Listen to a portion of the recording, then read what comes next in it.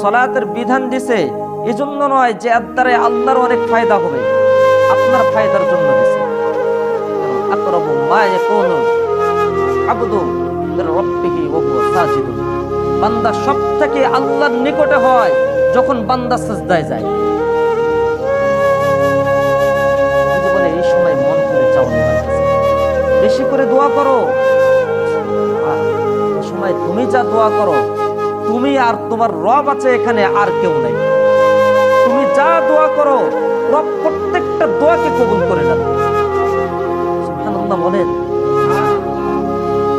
প্রত্যেকটা দোয়াকে, এত বড় একটা আল্লাহর কাছে দুনিয়ার থেকে নিকট হওয়ার মাধ্যম সালাত। তার সবথেকে নিকটে হবে আকরাম, যারা আল্লাহর বেশি নিকটে হবে এরাই হবে আশরাফ, এরাই হবে শ্রেষ্ঠ। শুধু শ্রেষ্ঠ দাবি করলে হবে না, শ্রেষ্ঠত্বের কাজ করতে হবে, শ্রেষ্ঠত্বের কাজ করতে হবে। নবীজি সাল্লাল্লাহু আলাইহি ওয়াসাল্লামের থেকে শ্রেষ্ঠ শিক্ষক আর কাকে পাবেন? নবীজি এমন ভাবে শিক্ষা দিছে, আপনি দুনিয়ার সব লাইনের পড়ালেখা আপনি শেষ করলেন, বলেন দেখি কোন টিচার আপনাকে শিক্ষা দিছে আপনার নামটা ভালো একটা নাম রাখতে হবে, আপনার সন্তানটাকে উত্তম তরবিয়ত, উত্তম ভাবে লালন পালন করতে হবে, সন্তানের একটা ভালো নাম রাখতে হবে, সন্তানকে আখলাকওয়ালা বানাইতে হবে, সন্তানের বয়স যখন 10 বছর হবে তাদের বিছানা পৃথক করে দিতে হবে। দুনিয়ার কোন টিচার শিখাইছে? কেউ না। নবী মুহাম্মদুর রাসূলুল্লাহ সাল্লাল্লাহু আলাইহি ওয়াসাল্লাম শিখাইছেন। নবীজি নামাজ পড়তে কেন বারবার কেন তাকিদ করছে? নবীজির ইন্তেকালের সময় ঘনিয়ে আসছে, আম্মা জান আয়েশা সিদ্দিকার কোলে নবীজির প্রাণ চলে যাবে, ওখানেও নবীজি বারবার বলতেছে আসসালাত আসসালাত। কেন? ও আমার উম্মত, সালাত ছাড়া আল্লাহর নিকটে হওয়ার কোনো রাস্তা নাই। আল্লাহর নিকটে হও, আল্লাহকে আপন বানাও। আল্লাহকে যদি তুমি পেয়ে যাও তাহলে দুনিয়ার তুমি সবকিছু পেয়ে গেছো, আর আল্লাহকে তুমি যদি না পাও তাহলে জেনে রাখো তুমি কোনো কিচ্ছু পাও নাই। আর আল্লাহ নিজেও বান্দাকে দয়া করে মায়া করে আল্লাহ নিজেই বলতেছে, বান্দা দুনিয়ার কোথায় দৌড়াও? তুমি তোমার চাকরির দিকে দৌড়াও, চাকরি তোমাকে খাওয়ায় না। তুমি তোমার হায়াতের জিন্দেগি তুমি ক্ষেতের মধ্যে দিয়ে দিচ্ছ, এই ক্ষেত ফসল অনেক ভালো হবে, এই ফসল থেকে তুমি খাবে। না, দুনিয়াতে কেউ তোমাকে খাওয়ায় না, ভাই তো আমি আল্লাহ তোমাকে খাওয়াই। এই দুনিয়ার সব কিছুর পিছনে দৌড়ে কোনো লাভ নাই। তুমি দৌড়াও আল্লাহর দিকে, তুমি দৌড় দাও। আর কি চাও তুমি এটা আল্লাহর কাছে বলো। বললেন আসসালাত আসসালাত, আমার উম্মত সালাত যত সময় আদায় করো, সালাত আদায় করো। তাকুল্লাহ ফিমা মালাকাত আইমানুকুম, এবং তোমাদের অধীনস্থ যারা আছে, দাস দাসী যারা আছে, তাদের অধিকার আদায়ের ক্ষেত্রে তোমরা আল্লাহকে ভয় করো। কেন? মানুষ তো শ্রমিকের হক আদায় করে না, অধীনস্থদের হক আদায় করে না মানুষ। এই হুকুকের কারণে অনেক মানুষ কিয়ামতের ময়দানে আটকা পড়ে যাবে। ওদের হক আত্মসাৎ করছে, ভাইয়ের হক আত্মসাৎ করছে, মানুষের জমিন ঠেলছে। একজনের ফসল ছিল, খেতে লাগাইছে, আমি ওদিক থেকে আসার পথে কিছু ব্যাগের ভিতরে করে তুলে নিয়ে আসছি, বলি নাই। অধিকাংশ মানুষ কিয়ামতের দিন হক নষ্ট করার কারণে। ইন্নাল হামদুলিল্লাহ নাহমাদুহু ওয়া নাস্তাঈনুহু ওয়া নাস্তাগফিরুহু ওয়া নু'মিনু বিহি ওয়া নাতাওয়াক্কালু আলাইহি ওয়া নাউযু বিল্লাহি মিন শুরুরি আনফুসিনা ওয়া মিন সাইয়্যাতি আ'মালিনা। من يهد الله فلا مضل له ومن يضلل فلا هادي له وأشهد أن لا إله إلا الله وحده لا شريك له وأشهد أن سيدنا وسندنا ونبينا وشفيعنا وحبيبنا وحبيب ربنا وطبيبنا وطبيب قلوبنا ومولانا محمدا عبده ورسوله الذي أرسله بالحق كافة للناس بشيرا ونذيرا وداعيا إلى الله بإذنه وسراجا منيرا أما بعد فقد قال الله تعالى في كلامه المجيد وفرقان الحميد أعوذ بالله من الشيطان الرجيم بسم الله الرحمن الرحيم وأمر أهلك بالصلاة واصطبر عليها لا نسألك رزقا نحن نرزقك والعاقبة للتقوى صدق الله المولانا العظيم وصدق رسوله النبي الكريم ونحن على ذلك لمن الشاهدين والشاكرين والحمد لله رب العالمين. اللهم صل على محمد وعلى آل محمد كما صليت على إبراهيم وعلى آل إبراهيم إنك حميد مجيد. اللهم بارك على محمد وعلى آل محمد كما باركت على إبراهيم وعلى آل إبراهيم إنك حميد مجيد. বুজুর্গান মুহতারাম, হযরতে মুসাল্লিয়ান ইকরাম, আমরা সর্বপ্রথম আল্লাহ সুবহানাহু ওয়া তাআলার আলিশান দরবারে শুকরগুজার হচ্ছি, যে মহান মালিক আমাদেরকে অত্যন্ত দয়া করে, মায়া করে, মহব্বত করে, ভালোবেসে আমাদের হায়াতকে দীর্ঘায়িত করে আল্লাহ পাকের পবিত্র ঘরে জুমার নামাজের জন্য উপস্থিত হওয়ার মতো তৌফিক দান করেছেন। সেজন্য আমরা সকলে অন্তর থেকে শুকরিয়া আদায় করি, সকলে বলি আলহামদুলিল্লাহ। সম্মানিত সুধী, আল্লাহ রাব্বুল আলামিন যেমনিভাবে আমাদেরকে আশরাফুল মাখলুকাত বানিয়েছেন, ঠিক তেমনিভাবে আমাদের রূহগুলিকে যাচাই বাছাই করে আল্লাহ শ্রেষ্ঠ নবীর শ্রেষ্ঠ উম্মত বানিয়েছেন। শুধু তাই নয়, আমাদেরকে আসমান থেকে নাজিলকৃত যতগুলি আসমানি কিতাব আছে, শ্রেষ্ঠ যতগুলি আসমান থেকে নাজিলকৃত কিতাব আছে, সব থেকে শ্রেষ্ঠতম কিতাব আল কোরআন আমাদেরকে দান করেছেন। শুধু তাই নয়, শ্রেষ্ঠ যে ইবাদত আছে, এই ইবাদত সালাত আল্লাহ এইটাও আমাদের উপরে ফরজ করে দিয়েছেন।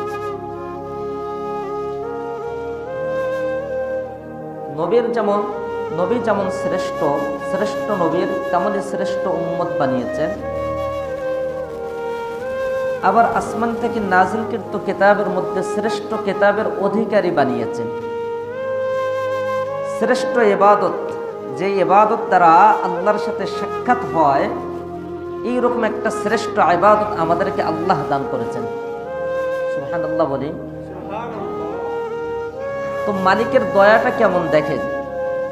মালিক আপনার প্রত্যেকটা মুহূর্তে ভালোবাসে, দয়া মায়া কইরা শ্রেষ্ঠ বানাইছে। কিন্তু মালিক তো শ্রেষ্ঠ বানাই দিছে, এখন এই শ্রেষ্ঠত্ব ধরে রাখার জিম্মাদারি আপনার কাছে। আপনাকে ধরে থাকতে হবে।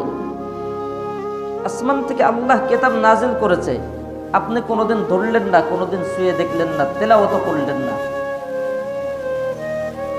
আল্লাহ আপনাকে শ্রেষ্ঠ ইবাদত সালাত দিয়েছে, আপনি কোনোদিন সালাত আদায় করলেন না। মসজিদে আসেন না, আপনি আল্লাহর ইবাদত আপনি করেন না। মালিক আপনার এত দামি করে বানাইলো, ওই মালিকের কাছে আপনি দাঁড়িয়ে কি হিসাব দিবেন? কোনোদিন চিন্তা করে দেখেছেন কি হিসাব দেবে? মালিক বলে ওয়া'মুর আহলাকা বিস-সালাত ওয়াসতাবির আলাইহা লা নাসআলুকা রিজকা নাহনু নারযুকুকা ওয়াল আকিবাতু লিত-তাকওয়া। ওয়া'মুর আহলাকা বিস-সালাত, তোমার পরিবারকে সালাতের আদেশ করো। ওয়াসতাবির আলাইহা, এর উপরে অটল অবিচল থাকো।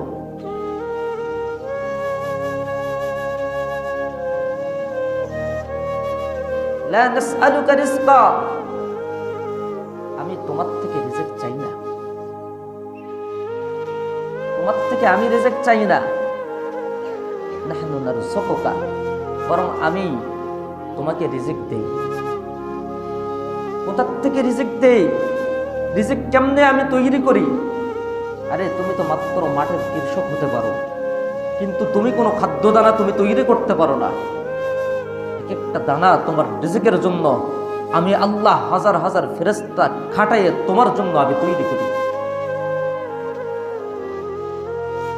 রিজিক তো তুমি বানাও না, তুমি তো মাত্র কয়েকটা দানা জমিনে ফেলাই দাও।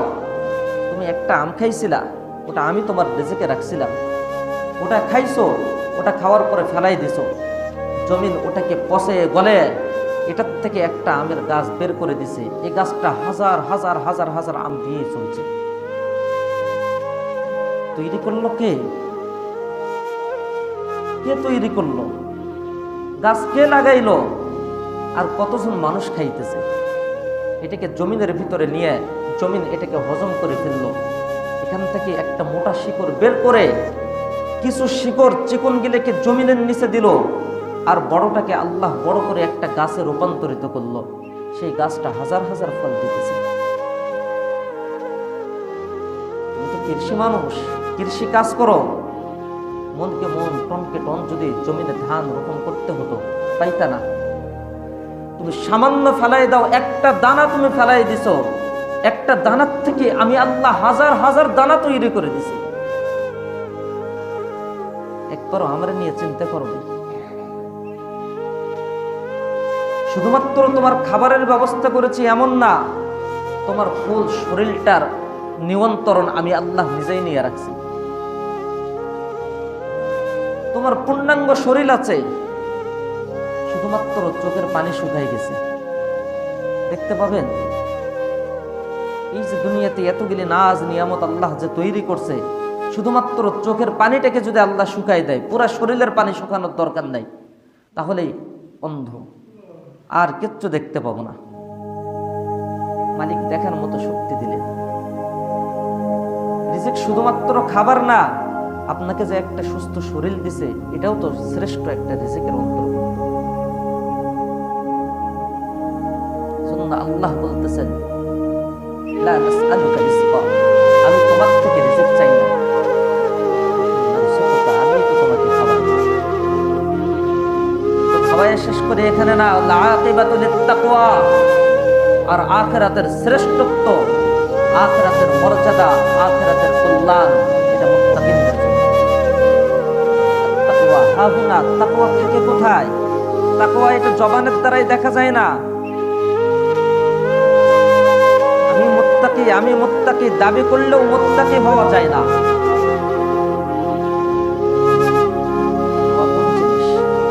আল্লাহ যা আদেশ করেছে তাই যা পালন করে, আল্লাহ যা নিষেধ করেছে তার থেকে বিরত থাকে, এটাই হচ্ছে তাকওয়া। শুধুমাত্র আল্লাহর আদেশ দিলে মানলাম, আল্লাহর নিষেধ মানলাম না, তাকওয়া না। আল্লাহ যেমন আপনাকে আমাকে দুনিয়াতে দয়া করে মায়া করে যেমন শ্রেষ্ঠ বানায় আমাকে রাখছে, আপনাকে রাখছে,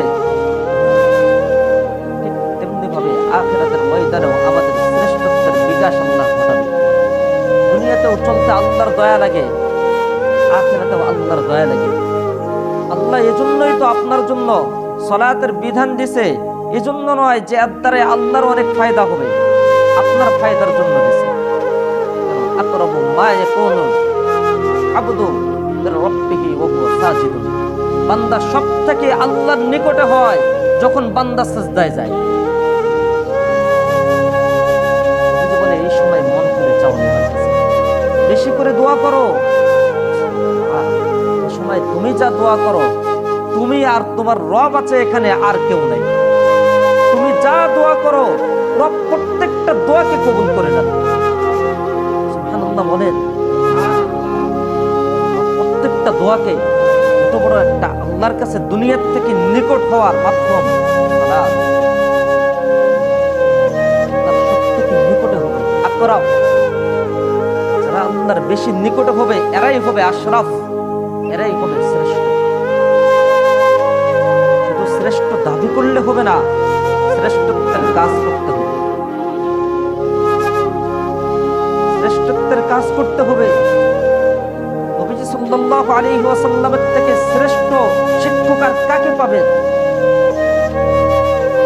নবীজি এমন ভাবে শিক্ষা দিছে, আপনি দুনিয়ার সব লাইনের পড়ালেখা আপনি শেষ করলেন। বলেন দেখি কোন টিচার আপনাকে শিক্ষা দিছে আপনার নামটা ভালো একটা নাম রাখতে হবে, আপনার সন্তানটাকে উত্তম তরবিয়ত, উত্তম ভাবে লালন পালন করতে হবে, সন্তানের একটা ভালো নাম রাখতে হবে, সন্তানকে আখলাকওয়ালা বানাইতে হবে। সন্তানের বয়স যখন 10 বছর হবে তাদের বিছানা পৃথক করে দিতে হবে। দুনিয়ার কোন টিচার শিখাইছে? কেউ না।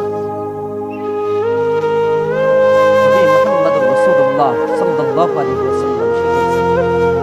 নবীজি নামাজ পড়তে কেন বারবার কেন তাকিদ করছে? নবীজির ইন্তেকালের সময় ঘনিয়ে আসছে। আম্মা জান আয়েশা সিদ্দিকার কোলে নবীজির প্রাণ চলে যাবে, ওখানেও নবীজি বারবার বলতেছে আসসালাত আসসালাত। শেষ বাক্য কেন? ও আমার উম্মত, সালাত ছাড়া আল্লাহর নিকটে হওয়ার কোনো রাস্তা নাই। আল্লাহর নিকটে হও, আল্লাহকে আপন বানাও। আল্লাহকে যদি তুমি পেয়ে যাও তাহলে দুনিয়ার তুমি সবকিছু পেয়ে গেছো। আর আল্লাহকে তুমি যদি না পাও তাহলে জেনে রাখো তুমি কোনো কিচ্ছু পাও নাই। আর আল্লাহ নিজেও বান্দাকে দয়া করে মায়া করে আল্লাহ নিজেই বলতেছে, বান্দা দুনিয়ার কোথায় দৌড়াও? তুমি তোমার চাকরির দিকে দৌড়াও, চাকরি তোমাকে খাওয়ায় না। তুমি তোমার হায়াতের জিন্দেগি তুমি ক্ষেতের মধ্যে দিয়ে দিচ্ছ, এই ক্ষেত ফসল অনেক ভালো হবে, এই ফসল থেকে তুমি খাবে। না, দুনিয়াতে কেউ তোমাকে খাওয়ায় না, হয়তো আমি আল্লাহ তোমাকে খাওয়াই। এই দুনিয়ার সব কিছুর পিছনে দৌড়িয়ে কোনো লাভ নাই। তুমি দৌড়াও আল্লাহর দিকে, তুমি দৌড় দাও। আর কি চাও তুমি এটা আল্লাহর কাছে বলো। বললেন আসসালাত আসসালাত। আমার উম্মত, সালাত যত সময় আদায় করো, সালাত আদায় করো।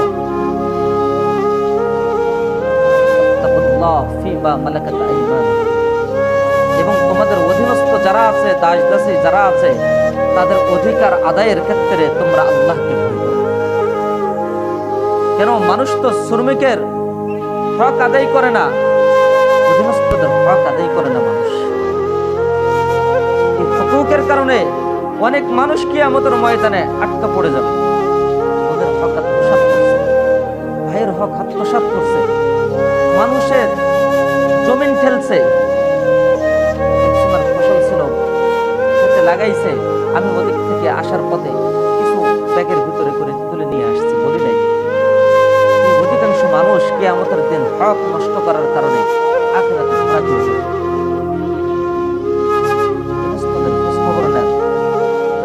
আপনি ভাবছেন, আপনি কল্পনা করেন না, মালিকের কাছে কোনো অভাব নাই। আল্লাহ চাইলে, ইচ্ছা করলে প্রত্যেকটা মানুষকে আল্লাহ সম্পদ দান করে দিতে পারত, প্রত্যেকটা মানুষকে আল্লাহ সম্পদ দিতে পারত। কিন্তু আল্লাহ দুনিয়াটাকে যেভাবে চালানো দরকার আল্লাহ ওভাবেই করে রাখছে। আল্লাহ যদি আমাকে আজকে যদি আমার অ্যাকাউন্টে আল্লাহ 500 কোটি টাকা ঢুকাই দিত, আমি আর ইমামতি করতে চাইতাম না। বলেন চাইতাম? আপনার অ্যাকাউন্টে যদি 500 কোটি টাকা আল্লাহ ঢুকাই দিত, আপনি যে ব্যবসা বাণিজ্য করেন আপনি আর এটা করতে চাইতেন না।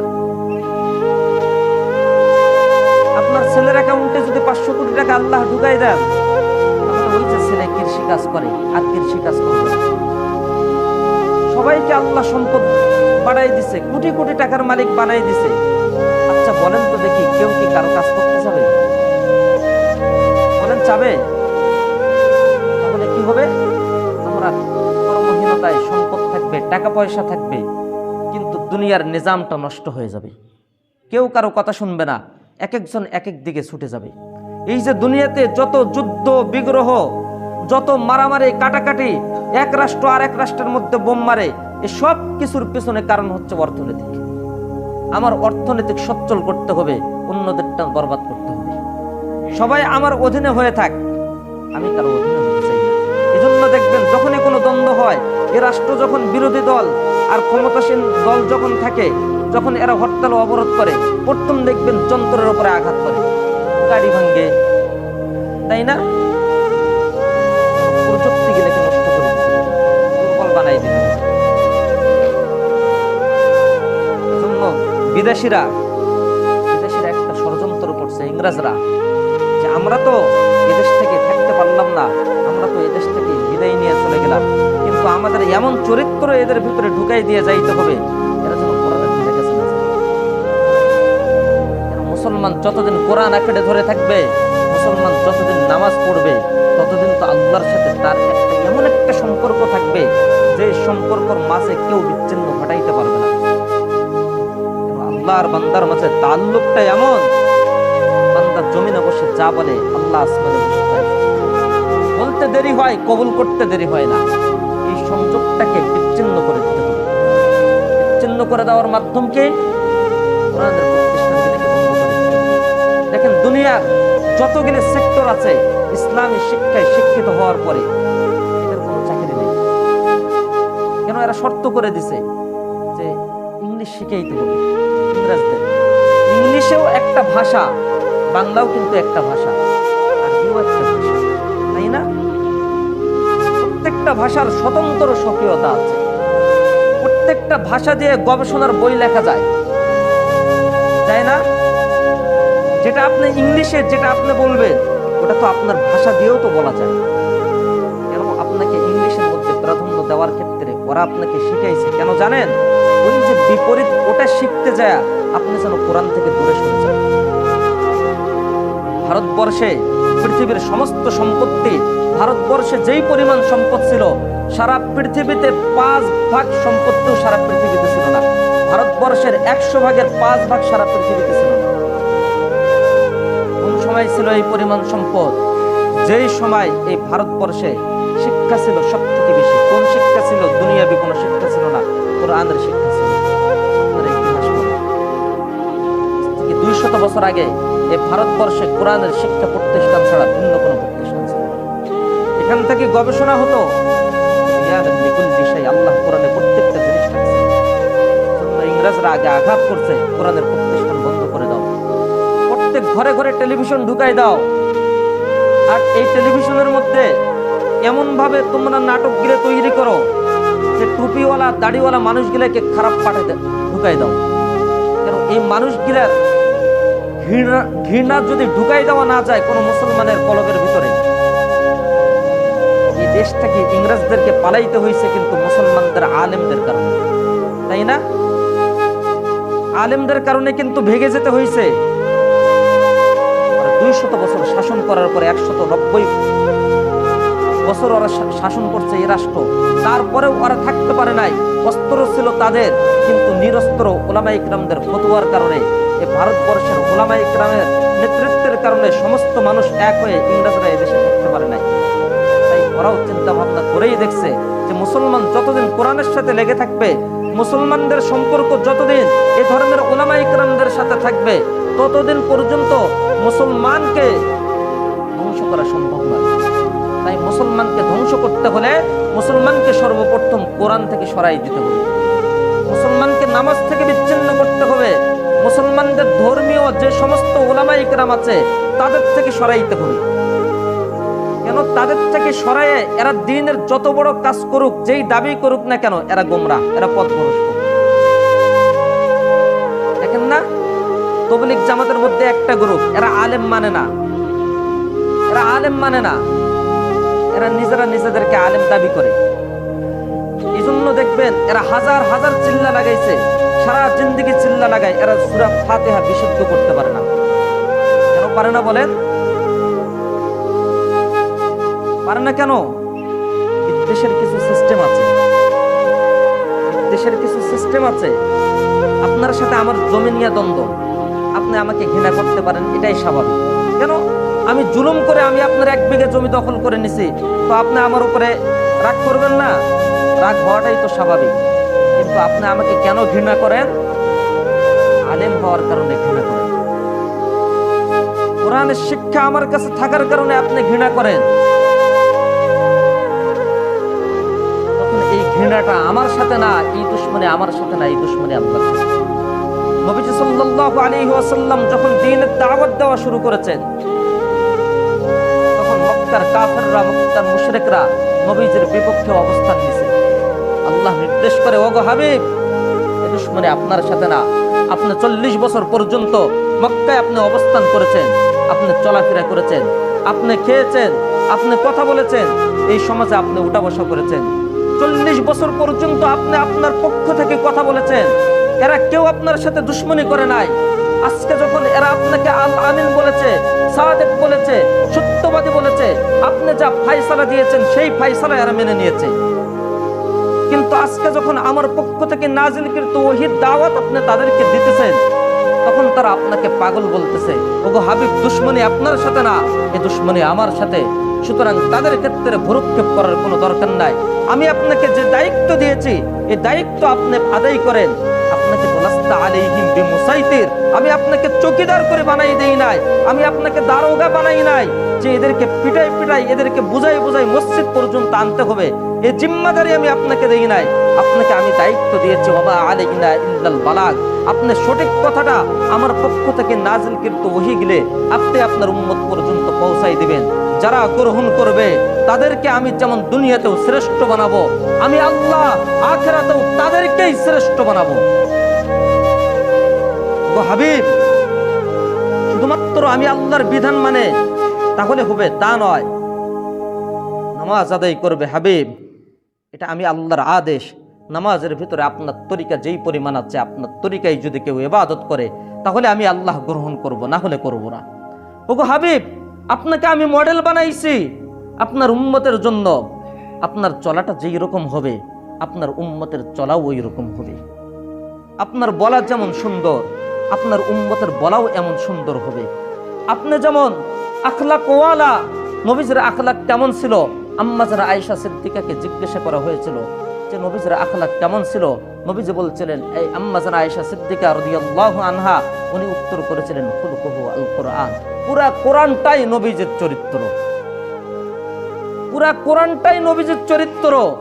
কোরআন পড়ো আর প্রত্যেকটা জায়গা থেকে নবীজির আখলাক গুলোকে গ্রহণ করো। হে উম্মতে মুহাম্মাদি, আল্লাহর থেকে নাজিলকৃত শ্রেষ্ঠ কিতাব যদি আপনি না পড়েন, কসম কেটে বলতেছি আল্লাহ আপনার সাথে আপোষ করবে কিনা আমার জানা নেই। আমি হুজুরকে যত আপনি মহব্বত করেন, ভাই মহব্বত করেন, মহব্বত করাটা খারাপ না, কিন্তু আমার মহব্বত দিয়ে আপনি জান্নাতে যেতে পারবেন না। কেন? আমি হুজুর তো নিজেই জানি না জান্নাতে যাব কিনা। আল্লাহর দয়া ছাড়া জান্নাতে যাওয়া সম্ভব নয়। আল্লাহ যার থেকে হিসাব তালাশ করবে তাকে অবশ্যই শাস্তি দিবে। আল্লাহ যার থেকে হিসাব তালাশ করবে তাকে অবশ্যই শাস্তি দিবে। ভাই, আমাকেও যেন হিসাবের সম্মুখীন হতে না হয়। আপনি যেই পরিমাণ আল্লাহর নাফরমানি করতেছেন, দেখেন সকালে আজান হয়ে যায় ফজরে, আপনি আল্লাহর নাফরমানি করেন, ফজরের নামাজে আসেন না, ফজর থেকে নিয়ে জোহরের আজান হয়, আপনি জোহরেও আসেন না, আসরের আজান হয়, তারপরেও আপনি তাওয়াক্কুল করেন না, মাগরিবেও আসেন না, ইশার সময়ও আসেন না। আরে ভাই, শয়তান কখনো মিথ্যা বলেছে, কখনো জেনা করেছে, কখনো সুদ খেয়েছে, কখনো ঘুষ খেয়েছে। শয়তান কি করেছে? শুধুমাত্র একটা সিজদাকে ইনকার করছে। একটা সিজদাকে ইনকার করার কারণে শয়তান সারা জীবনের জন্য মরদুদ হয়ে গেছে। আর আপনি সকালে 5 ওয়াক্ত নামাজ আপনার জীবনে ফরজ করছেন। আল্লাহ তাআলা আপনি ফজরের নামাজ ছেড়ে দিলেন, জোহর ছেড়ে দিলেন, আসর ছেড়ে দিলেন, মাগরিব ছেড়ে দিলেন, এশা ছেড়ে দিলেন, আপনি দৈনন্দিন 5 ওয়াক্ত নামাজকে তরক করলেন। এভাবে আপনার হায়াতের জিন্দেগি প্রত্যেকটা মুহূর্তে আপনি আল্লাহর নাফরমানি করলেন। আপনি আল্লাহর থেকে কত দূরে সরে গেছেন আপনি জানেন না? শয়তান পর্যন্ত আপনার কাছে আসতে ভয় পায়। আপনারা বলেন না যে হুজুরদের কাছে শয়তান থাকে? হ্যাঁ হ্যাঁ, শয়তান হুজুরদের কাছেই থাকে, আপনার কাছে থাকে না শয়তান। কেন? শয়তান চিন্তা করে যে আমি তো শুধুমাত্র একটা সিজদা অস্বীকার করার কারণে কিয়ামত পর্যন্ত আমি আল্লাহর রহমত থেকে বিতাড়িত হয়েছি, আর এরা তো দৈনন্দিন 5 ওয়াক্ত নামাজকে এরা অস্বীকার করে, এরা নামাজ পড়ে না, এরা মসজিদে আসে না, আল্লাহটাকে সাড়া দেয় না। না জানি কোন মুহূর্তে কোন অবস্থায় এদের উপরে কোন গজব চলে আসে। এই জন্য শয়তান আপনার থেকে দূরে সরে গেছে, আর শয়তানের কর্মকাণ্ডগুলোর দায়িত্ব আপনাকে দিয়ে গেছে। এই কারণে আপনি নিজেই বাড়িতে বসে আপনার কলিজার টুকরা পিতা মাতার সাথে আপনি নাফরমানি করছেন। আপনি আপনার কলিজার টুকরা সন্তানকে ভালো তালিম দিতেছেন না, কোরআনের শিক্ষা দিতেছেন না। নিয়ে যায় সুন্দর করে যে খ্রিস্টানরা আপনাদেরকে ধ্বংস করার জন্য, ইংরেজরা 200 বছর পর্যন্ত জুলুম করছে, তাদের শিক্ষা দেওয়ার জন্য আপনি আপনার কলিজার টুকরা সন্তানটাকে তাদের হাতে তুলে দিচ্ছেন। শয়তান তো তার দায়িত্ব আপনাকে দিছে। এখন আপনি আল্লাহর কাজ করার যেহেতু ছেড়ে দিয়েছেন, এখন শয়তানি কাজগুলো আঞ্জাম আমরাই নিজেরাই দিতেছি। কি হয়ে গেছে? আমরা আখিরাতকে আর কেউ কামাই করতে চাচ্ছি না।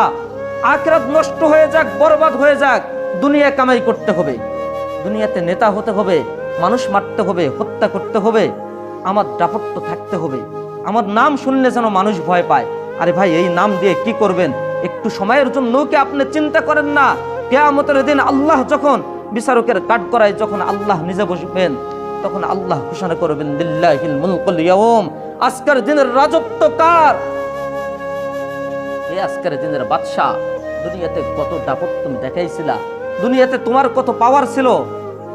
আজকের রাজত্ব একমাত্র আমি আল্লাহ। আজকের দিনের মালিক একমাত্র আমি। মুমতাজুল ইয়াউমা আইয়ুহাল মুজরিমুন, আমি এখন বিচার করব। কিয়ামতের দিন, আজকের দিনে আমি বিচার করব।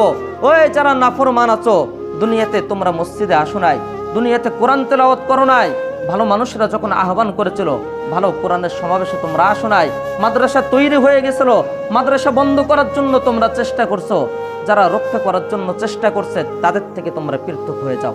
অর্থাৎ এক কথায়, যারা খারাপ মানুষ আছো, আল্লাহর বিধান মানো নাই, নবীজের তরিকায় চলো নাই, তোমরা নাফরমানরা ইমানদারদের থেকে তোমরা বিচ্ছিন্ন হয়ে যাও। একটু চিন্তা করেন না যে মালিকের ওই ঘোষণার পরে আমি কোন কাতারে থাকবো? কোন কাতারে থাকবো? তাই ভাই, সময়ে থাকতে, হায়াতের জিন্দেগিতে থাকতে কোন দিকে দৌড়াচ্ছেন? এই দুনিয়া ভাই ক্ষণস্থায়ী, এই দুনিয়া কিচ্ছু থাকবে না। দুনিয়ার কোনো ঘর বাড়ি, শান শৌকত সব কিছু নষ্ট হয়ে যাবে। শুধু তাই নয়, দেহটা পর্যন্ত নষ্ট হয়ে যাবে। আপনি যখনই মরে যাবেন, আপনার সম্পত্তি আপনার ওয়ারিসরা নিয়ে চলে যাবে, আপনার রূহটা আজরাইল নিয়ে চলে যাবে, আপনার হাড় হাড্ডি গিলে পোকা মাকড় খেয়ে ফেলবে, মাটি খেয়ে ফেলবে, আপনার হাড্ডি গিলে, আপনার শরীরের গোস্ত গিলে পর্যন্ত পোকা মাকড় খেয়ে ফেলবে। আপনার কি থাকবে? আপনার কি থাকবে? আপনার অতটুকুই থাকবে যতটুকু আপনার আল্লাহর সাথে সম্পর্ক আছে। আল্লাহর সাথে আপনি সম্পর্ক করেন। দুনিয়া ফানা হোনে ওয়ালা, এই দুনিয়া কিচ্ছু থাকবে না। কুল্লু মান আলাইহা ফান, এই দুনিয়া সব বরবাদ হয়ে যাবে। দুনিয়ার কোনো সম্পদ থাকবে না, দুনিয়াতে কোনো মানুষ থাকবে না, দুনিয়াতে কেউ রাজা না, দুনিয়াতে সবাই গোলাম। আমরা সবাই গোলাম। আমরা যখন আল্লাহর আদালতে যখন আমরা দাঁড়াবো, কুল্লু মান ফিস সামাওয়াতি ওয়াল আরদি ইল্লা আতির রহমানি আবদা, আমরা তো রবের সামনে দাসের ঘরের দাস হয়ে দাঁড়াবো। ওই দিন আমার এই পরিচয় কাজে আসবে না যে আমি অমুক মসজিদের বড় খতিব ছিলাম, বড় মুফতি ছিলাম। আপনি দাবি করবেন আমি এমপি ছিলাম, আমি চেয়ারম্যান ছিলাম, এগুলি একটা পরিচয় কাজে আসবে না। পরিচয় শুধুমাত্র হবে দাসের ঘরের দাস। যে আল্লাহর কাছে আমাকে আপনাকে দাঁড়াইতে হবে, যে আল্লাহর থেকে নিয়েই আমাকে চলতে হয়, যে আল্লাহর দেওয়া রিজিক আমি খেতেছি, ওই আল্লাহর সাথেই তো আমি সম্পর্ক করব। পারবো না ভাই? ইনশাআল্লাহ।